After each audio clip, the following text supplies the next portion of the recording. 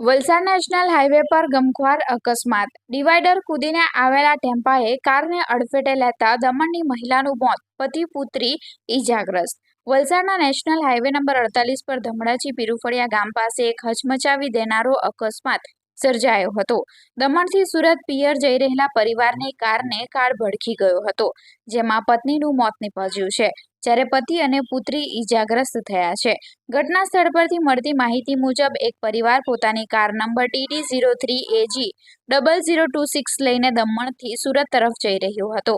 આ દરમિયાન વલસાડ નજીક ધમડાચી પીરુફળિયા પાસે સુરતથી વાપી તરફ જઈ રહેલા એક ટેમ્પો કન્ટેનર નંબર MH48BM 6513 ના ચાલકે અચાનક સ્ટીયરિંગ પરથી કાબુ ગુમાવી દીધો હતો.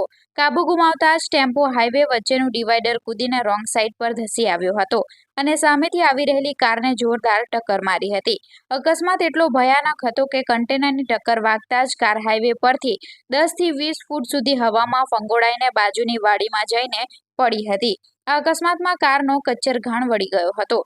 અકસ્માતમાં કારમાં સવાર શીતલબેન હેમંતભાઈ રાણાનું ઘટના સ્થળે જ કરુણ મોત થયું હતું, જ્યારે તેમના પતિ ગંભીર રીતે ઘાયલ થયા હતા અને તેમની પુત્રીને પણ ઈજાઓ પહોંચી હતી.